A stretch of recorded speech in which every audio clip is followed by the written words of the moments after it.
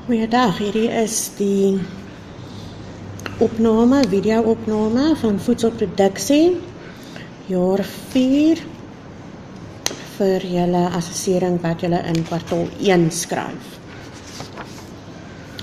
Julle het die volgende notas ontvang. Ons gaan gou kyk na die notas en wat is belangrik wat ek hierop vir julle opgesom het. En daarna gaan ek julle terugverwys na julle werkboeke en ook na julle groen flipfile wat julle mag huis toe vat tydens die toetsreeks. Goed, dit is baie belangrik dat wanneer jy kyk na jaar 4, julle nie net definisie so uit jou kop uit kan ken en belangrik kan neerskryf nie, maar dat jy ook die kennis wat jy het, nadat jy weet wat dit die definisie is, kan toepas. So heel eerste is daar wat is 'n verbruiker, en ons leer dit nou al van jaar 1 af. 'n Verbruiker is 'n persoon wat 'n produk of diens vir persoonlike gebruik koop. Goed, dit kan of 'n produk of 'n diens wees. Onthou in die klas het ons daarvan gepraat, wanneer daar 'n elektriesien is wat byvoorbeeld aan jou elektrisiteit by jou huis kom werk, betaal jy nie vir 'n produk nie, maar wel vir sy diens wat hy vir jou lewer. Goed, die volgende definisies wat ons ook nou al van jaar 1 af leer, behoeftes en begeertes. Wat is 'n behoefte? Dit is iets wat jy nodig het en nie sonder kan lewe nie. Dit is noodsaaklik vir oorlewing. En dan wat is 'n begeerte? Iets wat jy baie graag wil hê, maar nie noodsaaklik is vir oorlewing nie. Daar het ek spesifiek vir jou die 2 prentjies bygesit.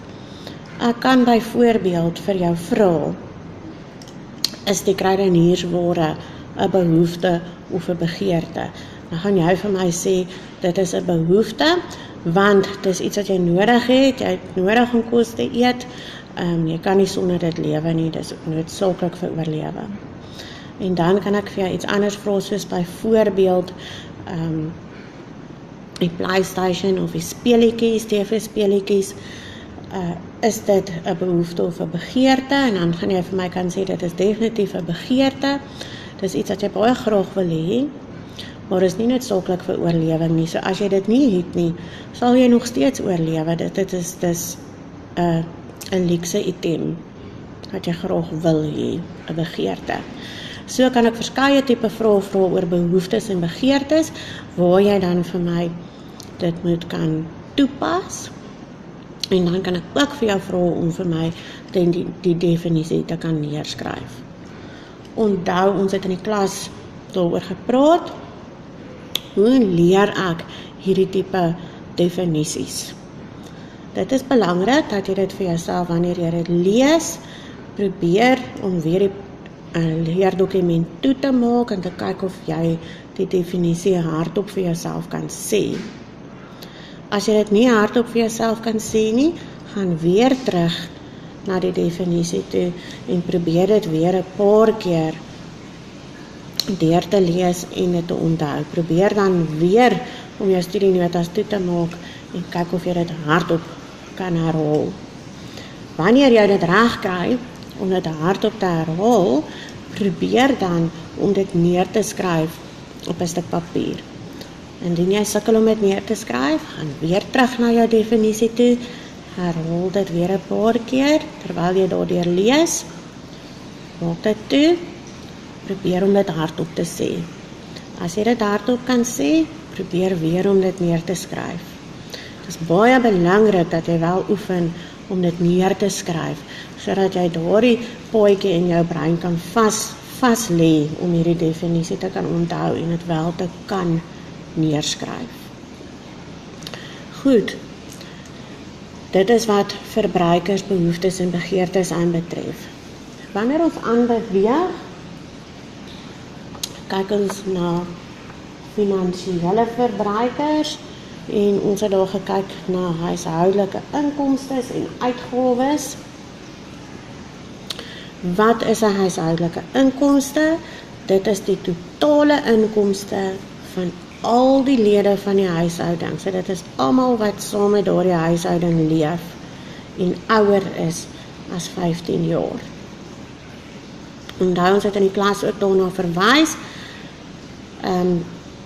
wanneer daar byvoorbeeld 'n oupa en ouma ook by die huishouding ingesluit is, kan hulle pensioengeld of iets soos hulle SASSA inkomste deel wees van die huishoudelike inkomste. Goed, weer eens belangrik, jy moet dit kan toepas wanneer ek vir jou 'n situasie gee of 'n paragraafie skryf en jy moet vir my kan sê wat is die huishoudelike inkomste daaruit, maar jy moet ook vir my die definisie kan neerskryf. Goed, ons het gesê daar's 2 tipes huishoudelike inkomste. Dit is nie finansiële inkomste en finansiële inkomste. So nie finansiële inkomste is wanneer jy jou eie huis skoonmaak byvoorbeeld. In plaas daarvan om iemand te betaal, dis effektief spaar jy 'n bietjie geld, want jy doen dit self. Wanneer jy byvoorbeeld jou eie groente kweek, in plaas van om groente by die winkel te koop, spaar jy jouself geld en kry jy 'n nie finansiële inkomste uit die groente wat jy dan oes. Dalk byvoorbeeld iets is om jou eie klere te maak, of om openbare dienste te gebruik, soos byvoorbeeld 'n biblioteek, in plaas van om jou eie boeke te koop. Dan is daar finansiële inkomste, en dit is die geld wat jy in jou bankrekening het, of in jou beursie het. Dit kan jou salaris wees, dit kan lone wees, wanneer jy dalk een keer 'n week betaal word. Dalk het jy geld iewers in 'n belegging, en daardie belegging kry rente elke maand. Is dit 'n finansiële inkomste? Dalk ontvang jy 'n pensioenfonds uitbetaling elke maand, of jy kry dalk toelaas, en onthou hierdie toelaas praat ons in Engels van 'n grant of 'n SASSA inkomste, as jy in Suid-Afrika bly. Goed, so weer eens, jy moet dit vir my kan skryf wat dit beteken, en jy moet vragies daaroor kan antwoord, sodat jy dit kan toepas ook. Wanneer ek vir jou vragies vra in die vraestel. Wat is 'n uitgawe?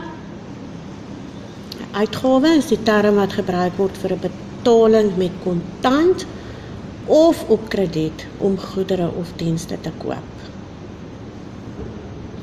Goed, so dis elke keer wanneer jy vir iets moet betaal. Wanneer hulle praat van of jy betaal dit met krediet, byvoorbeeld jy koop klere op jou Edgars kaart of op jou Mr Price kaart en jy betaal dit maandeliks af. Dit is daardie krediet waarna hulle verwys. Goed, wat is 'n begroting? Ons het dit ook al in jaar 3 gedoen. 'n Begroting is basies 'n finansiële plan vir 'n spesifieke tydperk. Dit is 'n presiese plan van hoeveel inkomste teenoor die uitgawes vir 'n spesifieke tydperk verwag word. Goed, so jy gaan byvoorbeeld 'n begroting vir Maart maand kan opstel, so jy verwag in Maart gaan jy spesifieke inkomste kry, jou salaris, jy en jou vrou kry dalk saam 'n salaris, en dan gaan jy 'n lysie maak van al jou uitgawes wat jy moet betaal. En ons gaan nou ook in jou skrif kyk na die oefeninge wat ons hier gedoen het oor 'n begroting. Baie belangrik om die volgende te weet oor 'n begroting. Daar is 3 tipes begrotings. Baie belangrik dat jy hierdie baie goed ken. Wat is 'n gebalanseerde begroting? So dit beteken hulle inkomste is gelyk aan die uitgawes. So dit beteken die salaris wat jy kry aan die begin van die maand is presies dieselfde as al jou uitgawes. Jy het geen geld oor aan die einde van die maand nie, dit was genoeg. Jy kon al jou uitgawes betaal. Dan het jy 'n gebalanseerde begroting. Wanneer jy 'n surplus begroting het, moet jy nou mooi luister. Jou inkomste is meer as die uitgawes. So wanneer jy jou salaris kry, kan jy gemaklik al jou uitgawes betaal en daar gaan nog steeds geld in die bank oor wees. So jy het meer as genoeg geld. Jy kan al jou uitgawes dek en jy het nog geld oor aan die einde van die maand. Dan presies die teenoorgestelde, 'n tekortbegroting. Dit beteken die inkomste, jou salaris, is minder as die uitgawes. Dus kry jy te min salaris en jy te veel ander rekeninge wat jy moet betaal en jy kry nie genoeg geld nie.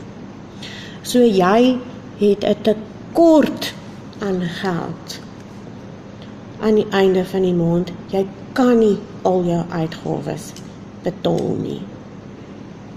Onthou toe jy kleiner was, het jy altyd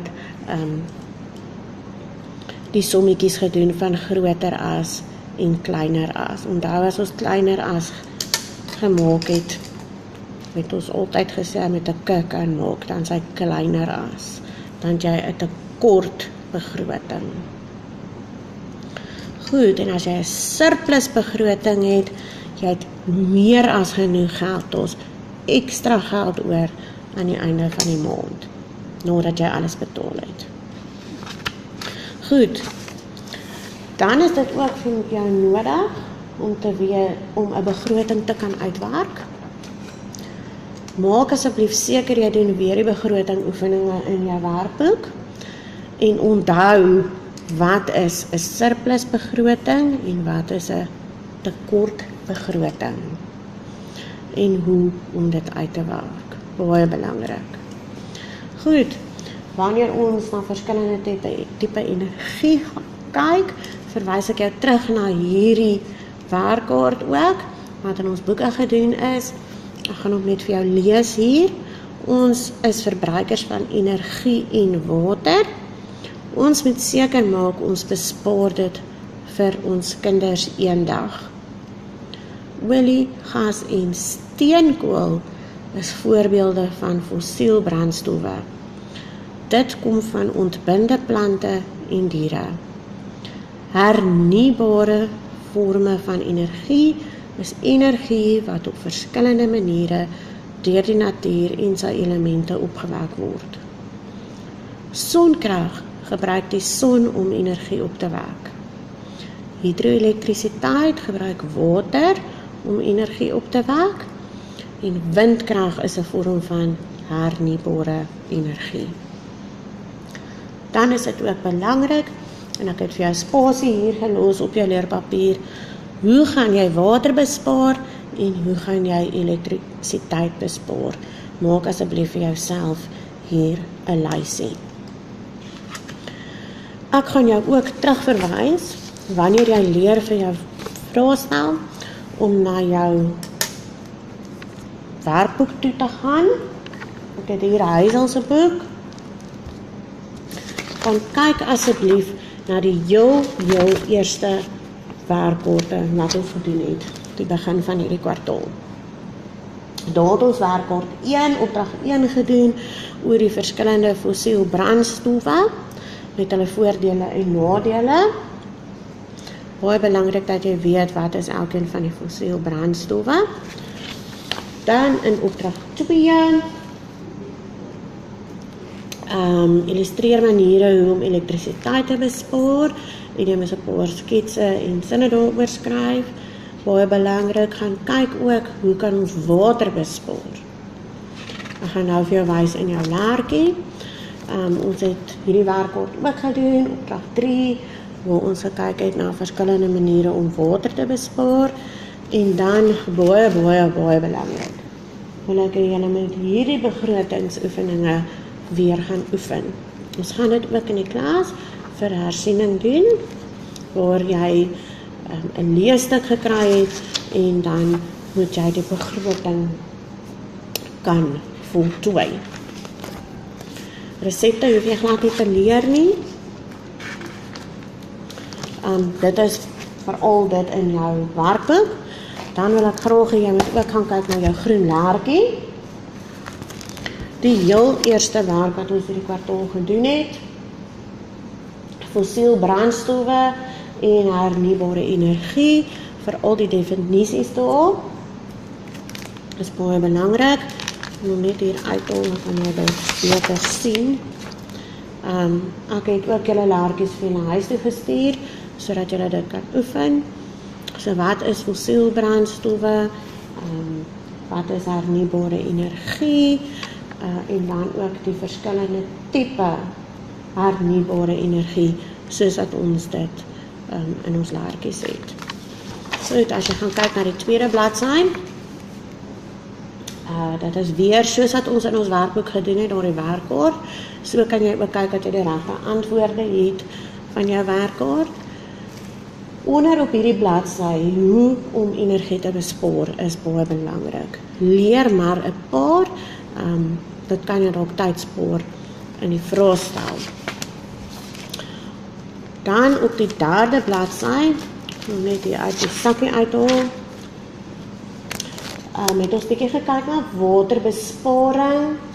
Dis nou die een met die Afrika, en hoe ons water kan spaar, hoe ons nie water moet besoedel nie. Hier aan die onderkant is daar ook 'n hele lysie oor hoe om water te bespaar. Baie belangrik om ook hierdie te leer.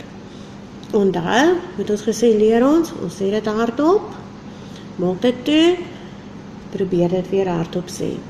Wanneer jy agterkom, jy kan dit hardop sê, neem 'n skoon papier en probeer dit skryf en dan merk jy jouself en kyk of jy reg geskryf het. Dit is hoe jy jou brein gaan oefen om langtermyn geheue te ontwikkel en om die werk te memoriseer. Baie sterkte, ek gaan hierdie werk ook op ons klas WhatsApp groep sit. Julle het my nommer, ek is elke aand beskikbaar tot 8:00 in die aand. Reg deur die dag, indien jy enige vrae het of vasbrand en hulp nodig het met hierdie werk, is jy welkom. Ek is altyd net op WhatsApp vir, en juffrou sal haar bes probeer om jou so oor die telefoon te help. Baie sterkte met hierdie leerwerk. Julle is amper klaar met julle skoolloopbaan. Hierdie is nog net so 'n paar maande en dan is julle klaar. Moenie met verloor nie.